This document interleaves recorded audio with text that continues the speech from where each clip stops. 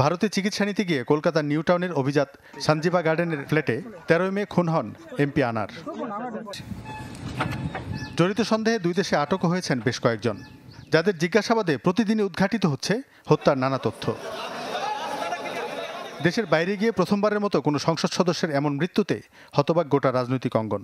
তার অতীত কর্মকাণ্ড নিয়ে কেউ মন্তব্য করতে রাজি না হলেও বলছেন এর যথাযথ বিচার হওয়া উচিত। এই ঘটনা দুঃখজনক, নিন্দনীয়। যারা এটি করেছে তদন্ত করে তাদের বিরুদ্ধে কঠিন শাস্তিমূলক ব্যবস্থা নেওয়া উচিত।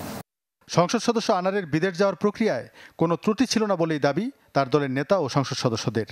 এগুলোর জন্য অনুমতি সবসময় নিতে হয় না। সংসদের অধিবেশনের তারিখ ঘোষণা হলে তারপর থেকে বাহিরে যেতে হলে অনুমতিটা নিতে হয়।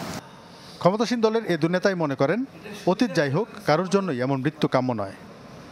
জুনায়েদ খান, চ্যানেল 24, ঢাকা।